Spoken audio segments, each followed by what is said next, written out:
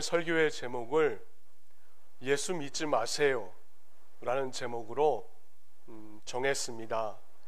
제가 병상에 있을 때에 설교 원고를 타이핑을 했는데 예수 믿지 마세요 라는 제목으로 제가 좀 설교를 하려고 합니다.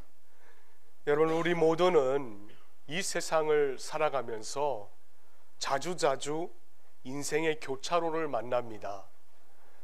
교차로에서는 분명히 어느 길인가를 우리는 선택을 해야 됩니다.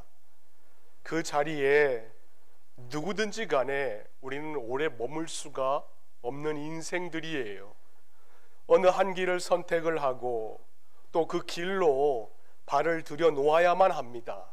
때문에 우리는 세상을 살면서 이런 인생의 교차로와 거기에 따른 중요한 결단과 선택을 해야 되는 그 기로에 우리는 자주자주 서게 됩니다. 자, 이런 차원에서 우리의 삶을 들여다본다면은 삶은 선택의 연속이라고 할 수가 있습니다. 그리고 자신의 어떤 길을 선택하느냐에 따라서 자신의 운명이 실패냐 아니면 성공이냐 그 좌우되는 것을 우리는 많이 경험을 하게 됩니다. 마찬가지입니다. 마찬가지로 예수님도 세상에 두 길이 있다라고 말씀을 하셨습니다. 하나는 좁은 길입니다. 그리고 또 다른 하나는 넓은 길이에요. 그리고 그 길을 들어가는 문이 두 개가 있다라고 하였습니다. 하나는 좁은 문이고 또 다른 문은 넓은 문입니다. 그리고 그 결과도 두 가지가 있다라고 하였습니다. 하나는 영원한 삶이 있고 하나는 영원한 멸망이 있다라고 주님이 우리에게 말씀을 하셨습니다. 그래서 세상에는 이 좁은 길과 넓은 길이 교차되는 곳에서 어떤 사람들은 넓은 길을 선택합니다. 그리로 들어가서 넓은 길로 가다가 멸망합니다. 또 어떤 사람은 좁은 문을 선택하고 좁은 길을 걸어가다가 영생을 얻는다라고 주님이 말씀을 하셨습니다. 자, 그렇다면은 주님이 말씀하시는 넓은 문, 그 넓은 문이 과연 대체 무엇일까요? 이것은 예수님을 하나님의 아들로 인정하기를 거부하고 그를 믿지 아니하는 사람들이 들어가는 문입니다. 이게 바로 넓은 문이에요. 그 넓은 문을 들어서면은 그 뒤로 뻗어 있는 길이 몹시 넓고 또 편하여서 많은 사람들이 그 길을 안심하고 걸어갑니다. 그리고 그 길은 매우 재미있는 일들이 많이 펼쳐져 있습니다. 즐기면서 걸어갈 수 있는 길이에요. 이런 의미에서 많은 사람들이 이 길을 선호하고 있습니다. 반면에 좁은 길은, 좁은 문은 무엇일까요? 좁은 문은 예수님을 하나님의 아들로 고백하고 그분을 자신의 구주, 자신의 구원자로 마음에 받아들이고 예수님을 믿기로 작정하는 사람들이 발을 들여놓는 곳입니다. 누가복음 13장의 말씀에 보시면은 이 본문의 말씀과 비슷한 내용이 나와요. 거기에 보시면은 좁은 문이 무엇인가 하는 것을 이해할 수 있는 배경이 나오고 있습니다. 어떤 사람이 예수님에게 찾아왔습니다. 그리고 이런 질문을 하였어요. 예수님, 구원을 얻을 사람들이 앞으로 얼마나 많을 것 같습니까? 예수님 생각에 적을 것 같습니까? 많을 것 같습니까? 이 사람은 구원 얻는 자의 그 숫자에 상당히 관심이 있었나 봅니다. 그 질문을 받으시자 예수님께서 유명한 대답을 하셨죠. 마태복음 13장 24절 말씀에 보시면은 우리 다 함께 한번 읽어봅시다. 시작. 좁은 문으로 들어가기를 힘쓰라.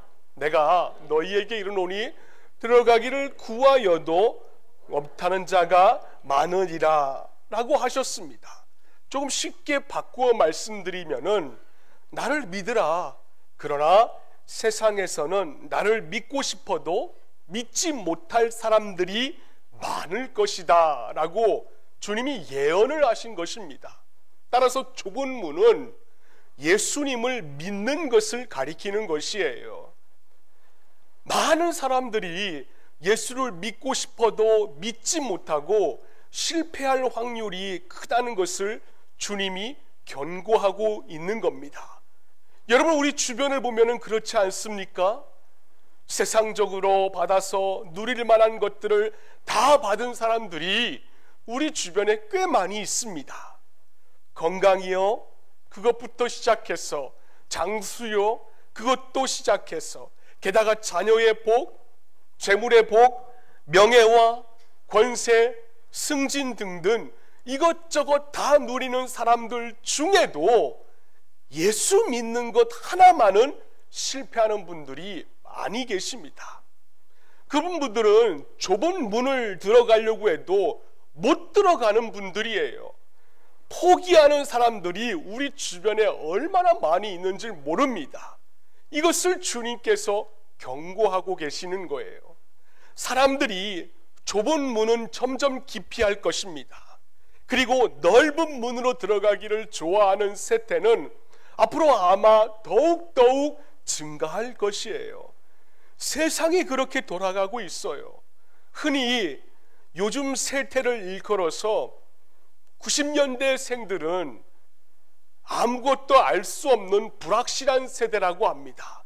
그래서 90년 세대라는 책자에 보시면 90년도에 태어난 청년들은 공무원을 직장을 얻기로 갈망하는 그 이유가 아무것도 알 수 없는 세태에 살기 때문에 공무원을 갈망한다라고 합니다. 또 한편에 여러분 7080 세대들은 어떻습니까?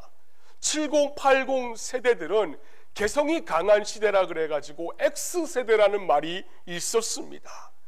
그 X세대라는 말을 통하여서 우리가 알 수 있는 것은 요즘 세대에는 7080 세대가 사회에서 주력을 이루는데 우리는 시장에 가면은 공장에서 대량 생산된 획일적이고 규격화된 상품을 반세기 전만 해도 그렇게 사야만 했습니다. 좋아하던 좋아하지 않던 간에 선택의 폭이 넓지를 않았기 때문이에요. 근데 요즘은 어떤가요? 많이 달라졌어요. 상품이 많이 다양화되었습니다. 그래서 자기 개성에 맞게 상품을 골라서 잡을 수가 있습니다. 심지어는 주문 생산도 가능하게 되었어요. 이거 주거 문화도 마찬가지죠. 요즘 새로운 트렌드로 주문형 아파트가 얼마나 많이 생기게 되었습니까?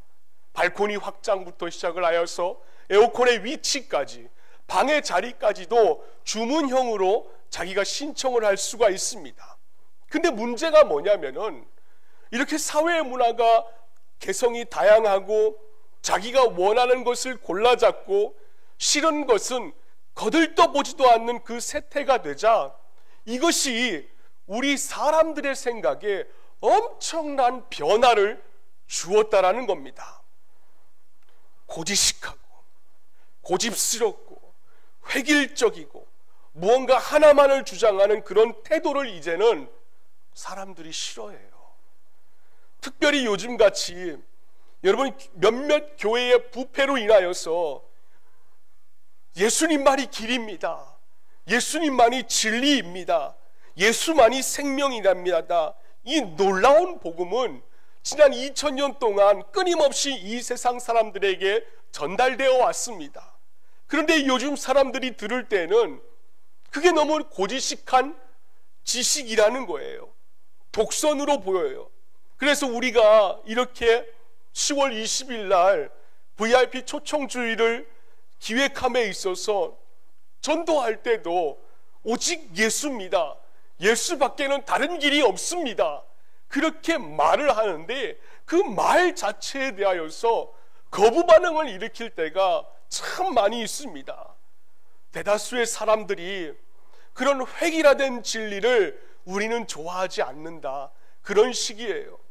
그리고 어떤 것을 좋아하는가? 모든 종교에 다 진리가 있고 모든 종교에 다 구원이 있다라는 것입니다.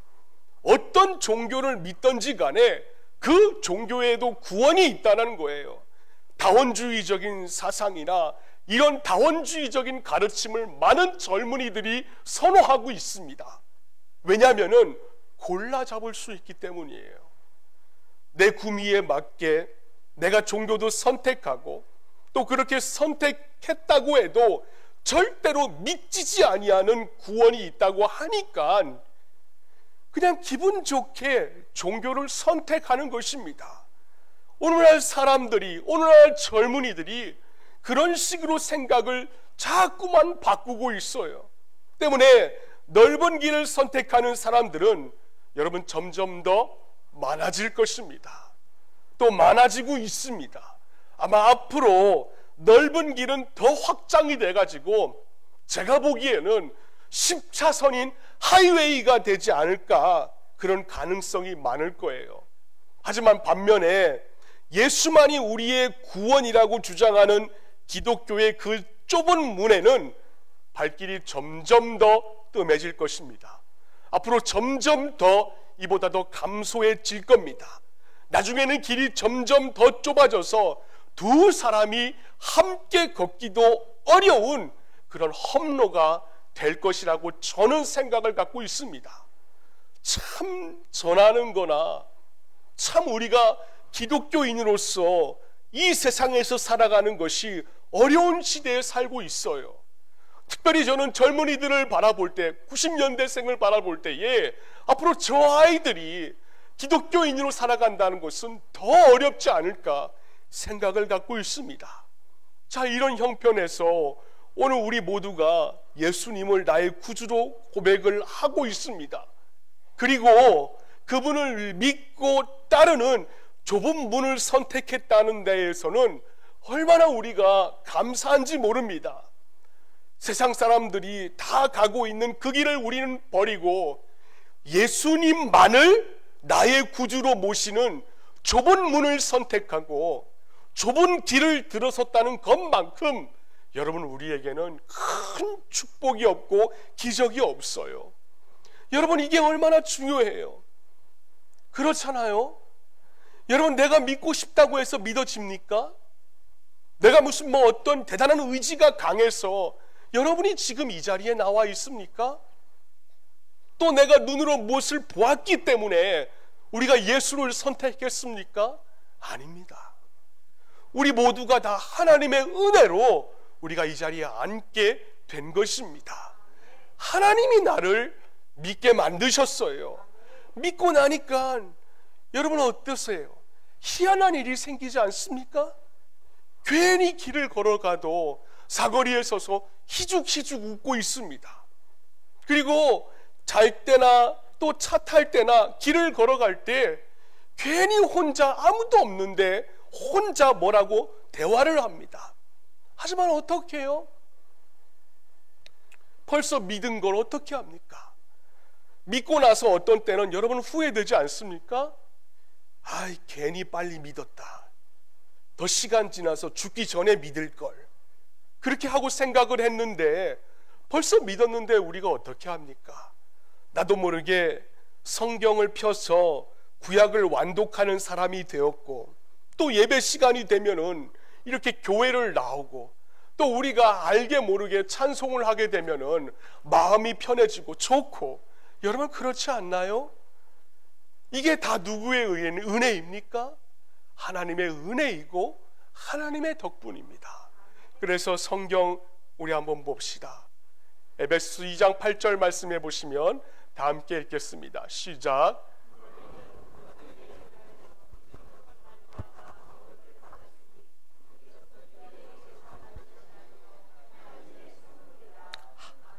하나님의 선물입니다.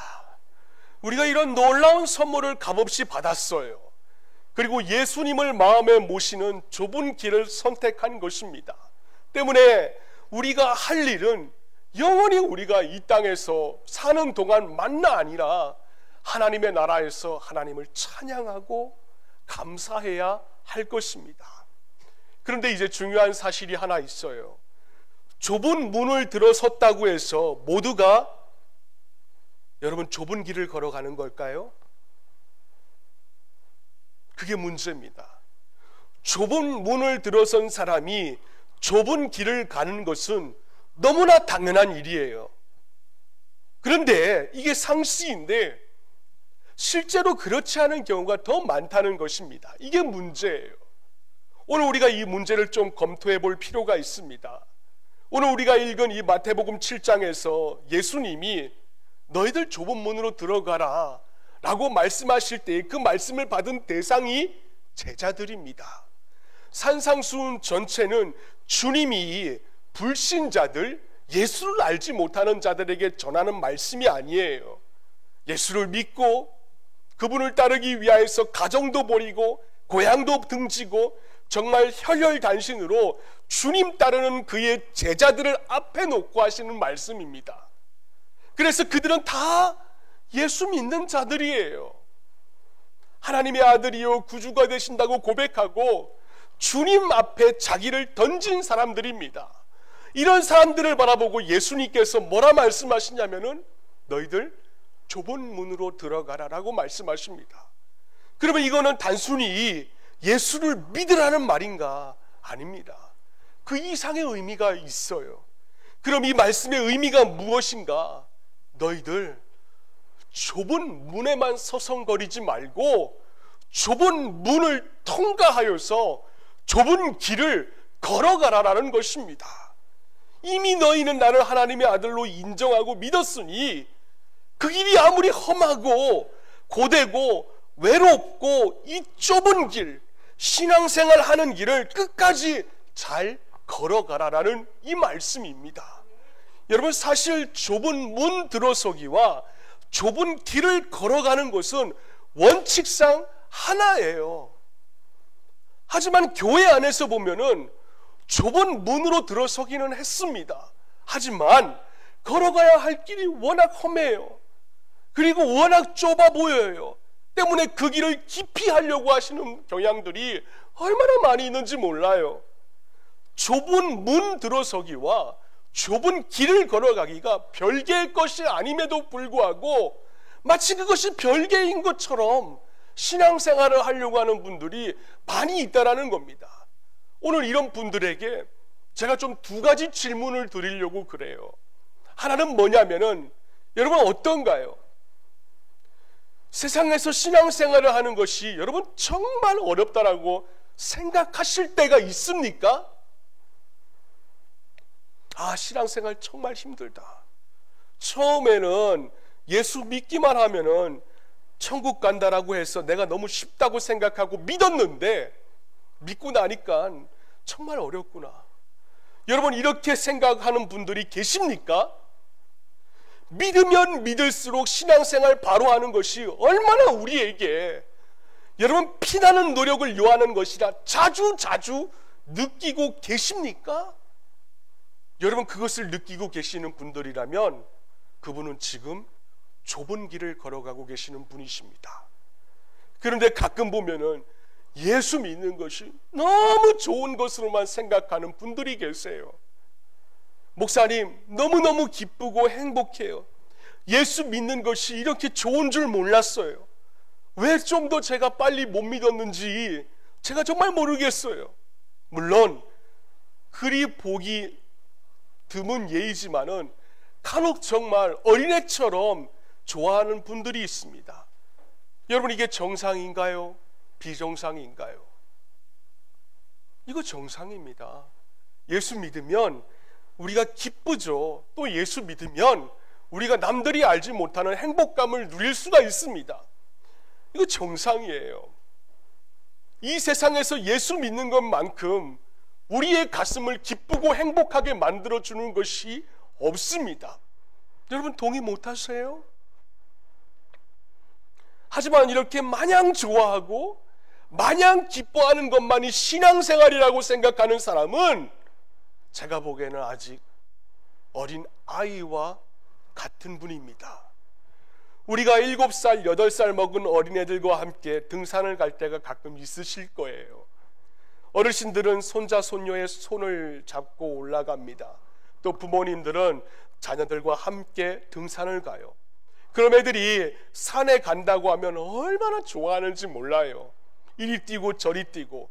그래서 데리고 산 밑에 갖다 놓으면 얼마나 좋아하는지 소리를 지르고 야단법석을 칩니다. 그러다가 그 아이에게 아주 조그만 배낭 하나를 탁 짊어지게 하고 딱 1시간만 끌고 올라가면은 그 아이가 어떻게 합니까? 그때부터 나 죽네, 아이고 나 죽네, 그렇게 하면서 소리 지르고 울고 난리가 나는 거예요. 제 막내 아들 같은 경우는 저에게 업어달라고 그렇게 못 가겠다고 하면서 주저앉아 버린 적이 있습니다. 여러분, 이게 정상입니까? 비정상입니까? 지극히 정상이에요. 지극히 정상입니다. 높고 가파르고 험한 산을 올라가기 때문에 애들이 이렇게 힘들어하는 것이 정상이에요. 뭐냐면 기분 좋아할 때는 아직 등산이 뭔지 모를 때에 하는 것이에요. 진짜 올라가면은 그 등산이 얼마나 힘든 것인지 그제야 안다라는 것입니다. 이거 신앙생활도 마찬가지입니다. 처음 시작하면 기뻐요. 감사해요. 세상이 달라 보여요. 하지만 신앙생활을 계속하게 되고 하나님의 말씀의 의미를 자꾸 깨닫게 되고 삶에 적용하려고 하다 보면은 하나님이 우리에게 요구하는 것이 무엇인지, 또 우리 자신이 변화된 신분이 얼마나 고상하고 얼마나 거룩한지 자꾸 우리가 말씀을 통하여서 깨닫게 되면은 그때부터 신앙생활을 하는 것이 만만치 않다는 것을 우리가 실감하게 됩니다. 더욱이 요즘 같은 세상이면은 우리가 하나님의 자녀로서 사는 것이 얼마나 힘든가를 깨닫게 됩니다. 여러분 보세요. 요즘 같은 세상, 이렇게 거짓되고 음란한 세상 사람들이 우리 주변에 많아질수록 우리가 하나님의 자녀답게 신앙생활을 바로 하는 것은요, 피를 튀기는 싸움이나 다름이 없다는 사실을 우리는 정말 많이 체험합니다. 흔히들 신앙생활을 일컬어서 연어가 강물을 거슬러 올라가는 것에 비유합니다. 바다에서 마음대로 돌아다니던 그 연어가 알을 낳기 위해서 산란기가 되면은 과거에 자기가 살던 것을 떠나서 예전의 곳 강으로 다시 거슬러 돌아와요. 때를 지어서 돌아옵니다. 그리고는 큰 물을 거슬러서 강 상류로 올라가요. 아무도 그 기세를 못 막습니다. 웬만한 절벽이 있어도 연어들은 그냥 펄쩍펄쩍 뛰어오르면서 계속 올라갑니다. 미국 같은 경우에는 곰들이 위에서 기다리면서 그 연어들을 잡아먹으려고 해도 그래도 연어는 아랑곳하지 않고 계속 상류로 올라갑니다. 잡아먹히는 놈은 잡아먹혀도 계속 전진합니다. 제가 볼 때 신앙생활은 바로 이런 것 같아요. 하지만 거센 물살을 이기지 못하여서 포기하고 죽은 연어는 어떻게 됩니까? 그냥 물결 따라 내려가요. 신앙생활을 하는 사람 중에서 미래도 좋고 이래도 좋고 또 저래도 좋고 그런 좋은 사람은 세상 물결 따라서 그냥 마음대로 떠내려가는 것입니다. 여러분, 그런 사람에게는요, 신앙생활이 하나도 어렵지 않아요.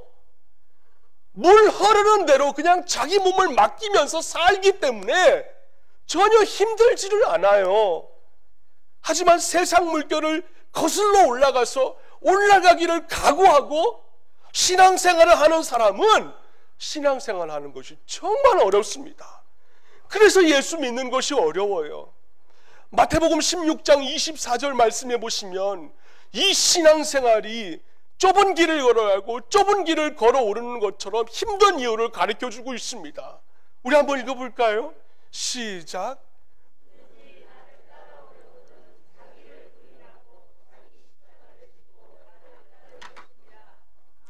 누구든지라고 했습니다.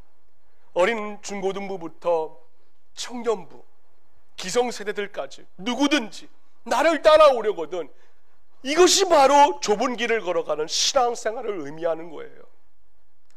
예수님을 따라가는 삶, 이것이 신앙생활입니다. 여러분, 이렇게 하기 위해서는요, 예수님을 따라가기 위해서는 우리가 가장 먼저 중요한 것은 딱 하나입니다. 자기 부인이에요. 자기를 부인하지 아니하면은요, 우리 주님을 따라갈 수가 없기 때문입니다. 여러분, 자기를 부인한다는 것, 이게 뭡니까? 예수님을 몰랐을 때, 예수님을 알지 몰랐을 때 가졌던 그 야욕과 욕망을 버리는 겁니다. 하나님 대신에 나 자신을 위해서 내 가슴에 품고 있었던 그 꿈과 재물의 야욕과 그리고 그 욕망을 버리는 겁니다. 우리 속에는 부패한 옛 본성이 아직도 우리는 자리 잡고 있어요. 그래서 금방 잡은 갈치가 무섭게 날뛰는 것처럼 우리 안에 옛 자아의 그 소욕이 그대로 날뛰고 있을 때가 너무 많이 있습니다. 이런 것을 죽이는 것이 자기 부인이에요. 그런데 이렇게 자기 부인을 하려면은 세상 사람들이 좋아하는 것들을 우리가 함께 좋아할 수가 없을 때가 많이 있습니다. 세상 사람들의 가치관을 다 수용하지 못할 때도 많이 있습니다.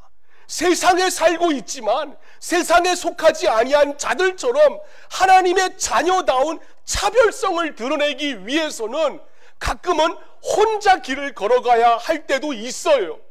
때때로는 불이익을 감수해야 됩니다. 어떨 때는 우리는 예수 믿는다는 그 좁은 길을 걸어가는 이유로 핍박과 박해를 받을 때도 있습니다. 여러분, 이게 쉬운 일일까요? 아니요, 절대로 그렇지 않습니다. 그런데도 불구하고 교회 안에서 신앙생활이 바르고 이와 같이 자기 부인을 전제하고 있다는 사실조차 모르는 분들이 너무 많이 있다라는 거예요. 또 이 사실을 안다고 해도 자기 부인을 하지 않으려고 하는 분들이 때때로 발견될 때가 너무 많이 있습니다. 자기 부인하기보다는 자기 긍정하기에 바쁘고 자기를 포기하기보다는 자기의 어떤 생각을 통과하고 성취하려고 하는데 신앙의 명분과 상황의 명분을 사용하는 분들이 너무 많이 있다는 것이에요.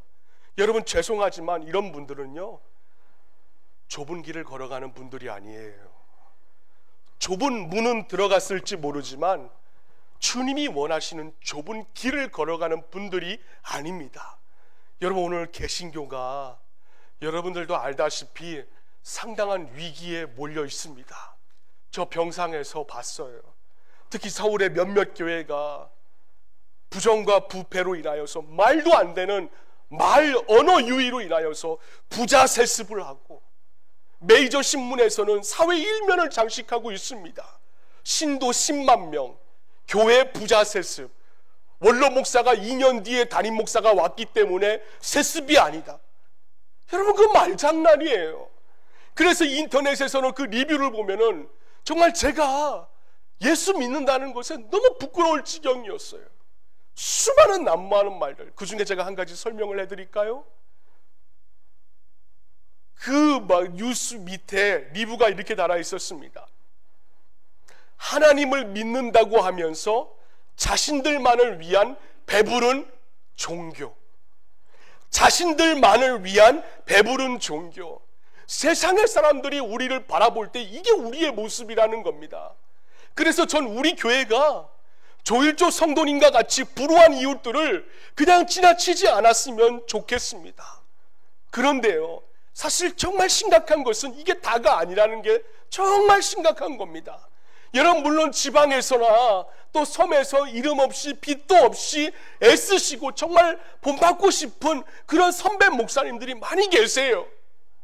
또 정말 복음의 최전방에 나가서 남이 알아주던 몰라주던 자신의 명분을 내세우지 않고 선교지에서 그 한 영혼 살리겠다고 자신의 목숨을 내건 선교사님들도 계십니다.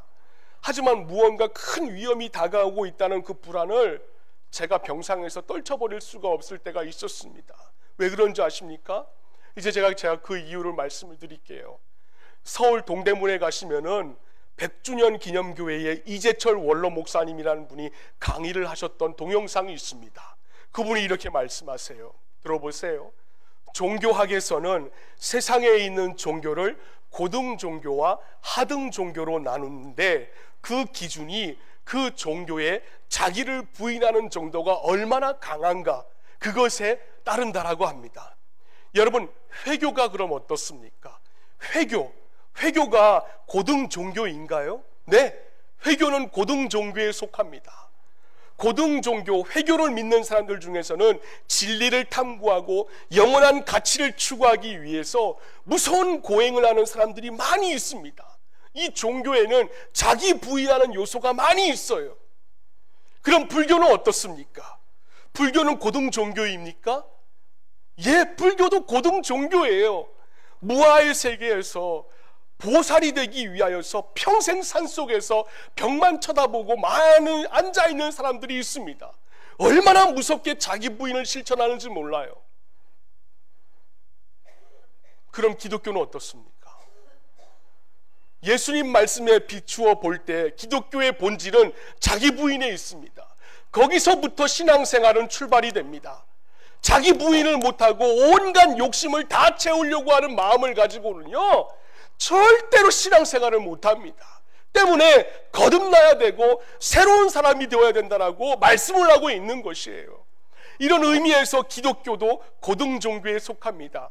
그런데 이런 고등 종교들이 타락하기 시작하고 점점 퇴색하기 시작할 때 나타나는 증세가 있습니다. 그게 뭔지 아십니까? 이 증세는 어느 종교나 회교나 불교나 기독교나 다 똑같아요. 그 증세가 뭐냐면은 성직자들이 갑자기 증가를 한다라는 것입니다. 성직자가 갑자기 급증을 해가지고 너도 나도 할 것 없이 신학교 가고 목사 되고 수도원으로 가고 절간으로 들어가는 일들이 일어나면은 이건 벌써 그 종교가 타락하기 시작을 했다라는 거예요. 그리고 갑자기 성직자가 많아지니까 교회가 많아지고 종교단체가 자꾸 늘어납니다.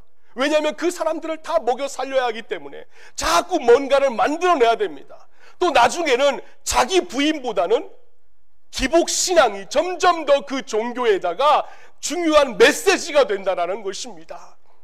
여러분, 왜 그렇게 될까요? 자기 부인을 안 했기 때문에 그래요. 자기 부인을. 기독교가 자기 부인을 포기하면요, 신학생들이 갑자기 많아진다는 거예요. 여러분, 이유 간단하지 않습니까? 제가 그 강의에서 이것이 남의 이야기가 아니라는 것을 제가 들었어요. 한국의 신학생들을 다 모아놓으면은 전 세계 신학생들을 모은 것보다 더 숫자가 많다는 이야기를 제가 들었습니다. 그리고 미국에 있는 많은 신학교를 먹여 살리는 사람들은 한국에서 간 신학생들이나 이민 간 가정들이 목사 되겠다고 하는 학생이라고 합니다. 그래서 한국 학생들이 미국 신학교를 먹여 살린다라고 합니다. 그래서 요즘에는 미국 신학교의 분교가 한국의 인천의 송도에 들어와서 퓨러 신학교나 리폼드 신학교가 송도에 자리 잡고 있습니다. 여러분, 물론 좋은 이유도 있겠지요. 그러나 나쁜 이유도 있잖아요. 여러분, 만약 오늘날 한국교회 지도자들이, 저도 마찬가지입니다, 저만 깨끗하다라는 것이 아니에요. 정말 한국교회 지도자들이 이 자기 부인 이거 철저히 해가지고 목사가 목사다운, 성직자가 성직자다운 모습을 보여줬다면은 많은 저 청년들이 목사에 대해서 그렇게 매력을 느꼈을까요? 정년퇴임 70세 은퇴금도 마련해준다? 여러분, 저는 그렇게 보지 않습니다. 왜냐하면은 그 티벳의 불교가 타락했을 때 그 나라의 남성 중에 70%가 중이 되었습니다. 로마 제국의 기독교가 왕성해서 암흑기에 접어들 때도 로마의 젊은이들, 똑똑한 젊은이들, 남자들은 거의 대부분이 수도원으로 갔습니다. 그래서 기브온이라는 유명한 역사가는 로마 제국이 멸망한 이유 중에 하나는 성직자의 급증이라고 하였어요. 왜 그렇습니까? 성직자가 자기를 철저히 부인하면 사람들이 바라보기에 그렇게 화려하게 보이지 않기 때문입니다. 부끄러운 이야기지만 50년대 70년 전 정말 믿음의 선배 목사님들의 삶을 보면은, 역사를 보면은 제가 정말 몸부림칠 때가 많이 있습니다. 물론 당시에 사회적인 역량과 환경이 그 나라의 발전의 수준이 있었어요. 그래서 얼마나 가난했는지, 얼마나 세상에서 대우를 못 받았는지 모릅니다. 한 목사님의 가정에 줄줄이 자식들이 나와서 정신이 없어요. 그래서 교인들이 성미라고 갖다 주면은 그거 먹었습니다. 떨어지면은 아무 말도 못하고서 그저 여기 나와가지고 강단에서 울면서 주여 주여 그것만 하고 있었어요. 그렇게 하면서 주님의 복음을 위하여서 살다가 소천했습니다. 뭐 물론 시대적인 영향도 있지만 아무튼 당시의 목사님들은 그렇게 사셨어요. 오늘날 많은 우리 지도자들이, 권사님이나 장로나 목사들이 그런 모습을 보여준다면은 우리 젊은이 아이들이 신학교 가는 학생이 그렇게 많을까요? 아마도 그렇지 않을 겁니다. 하지만 현실은 그렇지가 않아요. 왜인 줄 아십니까? 우리 모두가 다 그래요. 우리 모두가 다 자기 부인을 기피하고 있기 때문에 젊은이들 눈에는 성직자가 화려하게 보이는 것입니다. 여러분, 이게 비단 지도자들만 해당되는 것일까요? 아닙니다. 우리 집사님들도 마찬가지예요. 제가 병상에서 우리 교회를 생각할 때에 오늘 한국에 있는 교인들이 신앙생활 하는 것이 어렵다라는 것, 정말 어렵다라는 것을 보여준다면은 기독교를 향하여서 세상 사람들이 함부로 자기 배부른 사람이라고 그렇게 손가락질 할 수가 있겠습니까? 저는 절대로 그렇지 않습니다. 교인이 교인다워야 하고 정말 직분자들이 자신의 자리를 잘 지킨다면은 절대로 그렇게 되지 않을 겁니다. 예배당에 오면 예배는 드려요. 그런데 죄송한 말씀이지만 세상에서는 어떻습니까? 엉뚱한 일하고 가정에서는 어떻습니까? 가장으로서, 아버지로서의 모습은 전혀 보이지 못하니까는 세상의 사람들이 지탄을 하는 것입니다. 때문에 기독교에 있어서 이 자기 부인이라는 것은 우리의 생명과도 같은 것이에요. 그래서 여러분, 신앙생활 바로 한다는 거요, 어떤 면에서 보면 굉장히 힘이 드는 것입니다. 그래서 정말 좁은 길을 걸어가는 분들은 주님의 십자가 붙들고 기도합니다. 하나님 도와주세요. 은혜 주세요. 하나님 은혜 없으면 나 도저히 견딜 수 없습니다 하고 부르짖습니다. 이게 정상이에요. 이런 고통과 어려움을 여러분 느끼고 계십니까? 맨날 한다는 얘기가 복 달라고 하고, 맨날 한다는 얘기가 직장에서 승진하게 해달라고 그러고, 자녀 잘되게 해달라고 그러고, 눈물이 없어요. 이런 분은요, 좁은 길을 걸어가고 있는 분이 아닙니다. 제가 두 번째 또 다른 질문을 하나 있습니다. 여러분, 신앙생활을 바로 하기 위해서 여러분 희생을 치르는 것이 있습니까? 무언가 예수 믿으면서 여러분 희생을 하나 치르고 있는 것이 있습니까? 라는 겁니다. 여러분, 만약에 희생을 치르는 것이 없다고 하면 그분은 예수를 믿는 분이 아니에요. 마태복음 16장 24절 말씀 한번 볼까요? 우리 한번 읽어봅시다. 시작.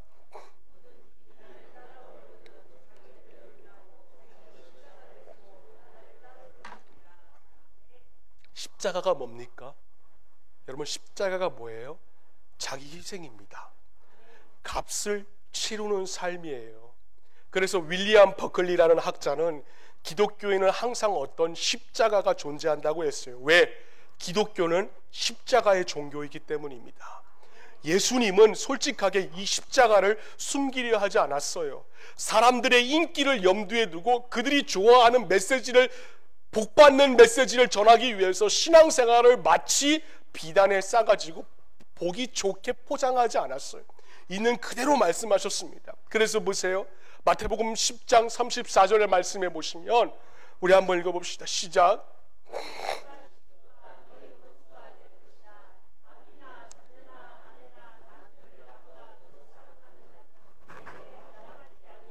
아멘. 여러분, 얼마나 굉장한 말씀입니까? 좁은 길을 바로 걸어가면서 신앙생활을 똑바로 하려면 어떤 때는 인간의 정도 끊고 주님을 따라가야 한다는 것입니다. 왜냐하면 그런 희생을 각오하지 않으면 예수님이 말씀하신 것은 날 따라올 수 없다라는 얘기예요. 날마다 내 남편, 내 아내, 우리 교인들 가운데 내 자식이 우상이 된 분들이 얼마나 많이 있어요. 그러면서 신앙생활을 정상으로 한다는 것은 말도 안 되는 것입니다. 여러분, 이런 분들이 공통적으로 하는 얘기가 뭔지 아십니까? 무엇 때문에 나는 못해요. 무엇은 아직은 목사님 나중에 할게요. 목사님, 아내가 올바른 헌금 생활을 하는 것에 대해서 이해를 하지 못해서 그럽니다. 죄송합니다. 그래서 하나님은 우리에게 요구하고 있는 거예요. 너 마음을 다하고 뜻을 다하고 목숨을 다하여서, 다시 말하면 우리의 전 인격을 다 동원해서 나 사랑하라고 말씀하시는 것입니다.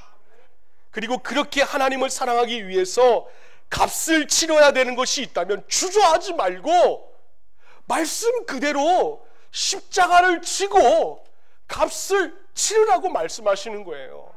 신앙생활이 바로 이겁니다. 엄청난 값을 지불하는 것이에요. 여러분, 지불하고 계십니까?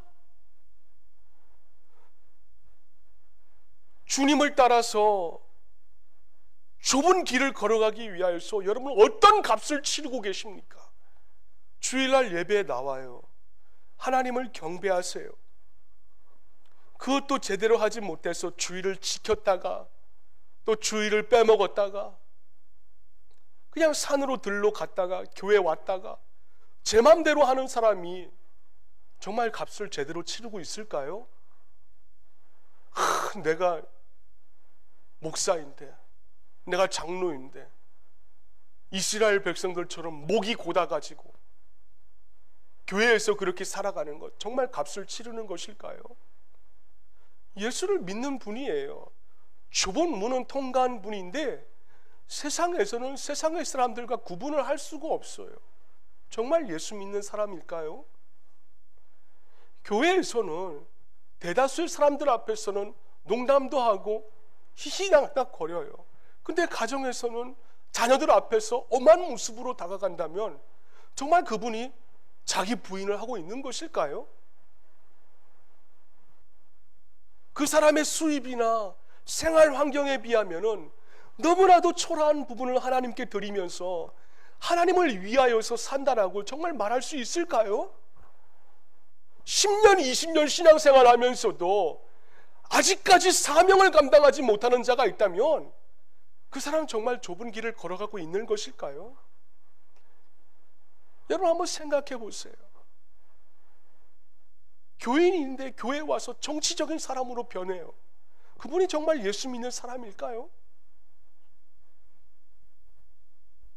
이런 차원에서 볼 때 우리 주변에는 예수를 알지 못하는, 조금 지나면 그 넓은 길이 끝나는 자리에 영원히 멸망이 기다리고 있다는 것을 모른 채 가고 있는 수많은 영혼들이 있습니다.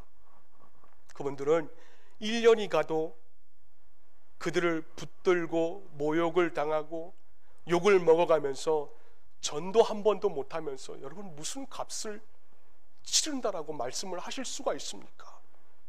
제가 어제 장로님들 만나가지고 임시당회 때 물어봤어요. 우리 교회에 사명을 감당하시고 위하여서 영혼 작정을 하신 분이 몇 분이시냐? 들어오지 않았답니다. 여러분, 좁은 길을 걸어가는 사람들은 그 길이 아무리 협착하더라도 그 길을 끝까지 인내하고 완수하는 자들입니다. 히브리서 11장의 말씀처럼 믿음의 주여 온전케 하신 이인 예수를 바라보라라고 하였습니다. 왜? 그 예수가 우리의 신앙생활의 목표이기 때문에 그렇습니다. 만약 지불하는 것이 여러분 아무것도 생각나지 않습니까? 그럼 오늘부터 자세를 바꾸십시오. 우리 함께 결단합시다. 주님 분명히 다시 오십니다. 성경에 우리에게 약속을 하였습니다. 언젠가 주님 그때 다시 오시는데 여러분 그날이 올 때에 하나님 앞에 부끄럽게 쓰지 마시고 자녀로서 아버지를 바라보는 그 시선으로서 바라볼 수 있는 우리 모두가 될 수 있기를 주님의 이름으로 축원을 드립니다. 기도하겠습니다.